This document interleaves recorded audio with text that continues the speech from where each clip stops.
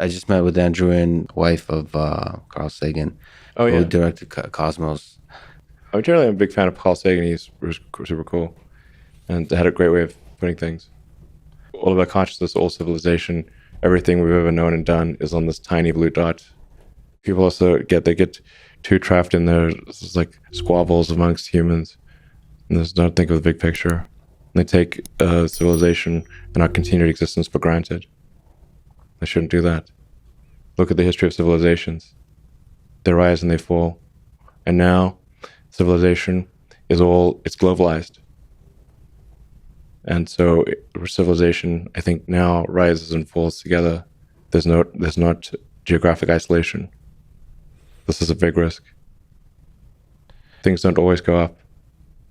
That's an important lesson of history. In 1990, at the request of Carl Sagan, the Voyager 1 spacecraft, which is a spacecraft that's reaching out farther than anything human made into space, turned around to take a picture of Earth from 3.7 billion miles away.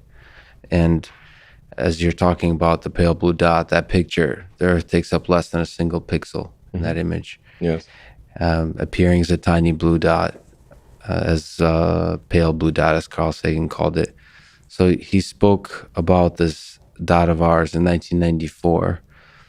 And if you could humor me, I was wondering if in the last 2 minutes you could read the words that he wrote describing this pale blue dot. Sure.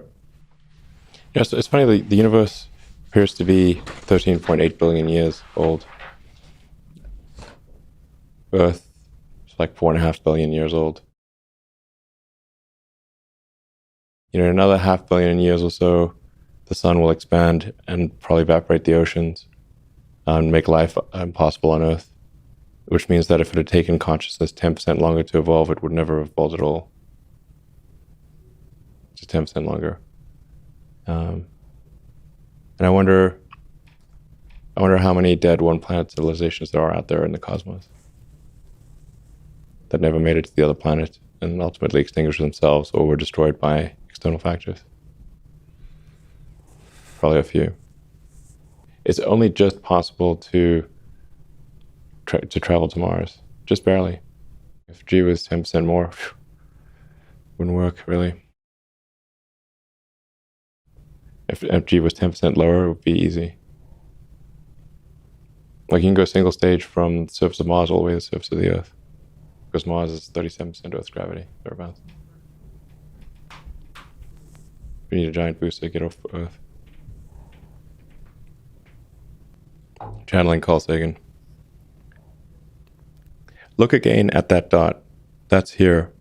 That's home. That's us.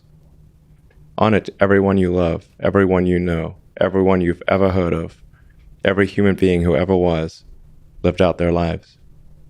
The aggregate of our joy and suffering, thousands of competent religions, ideologies, and economic doctrines, every hunter and forager, every hero and coward, every creator and destroyer of civilization, every king and peasant, every young couple in love, every mother and father, hopeful child, inventor, and explorer, every teacher of morals, every corrupt politician, every superstar, every supreme leader, every saint and sinner in the history of our species lived there, on a mote of dust suspended in a sunbeam. Our planet is a lonely speck in the great enveloping cosmic dark.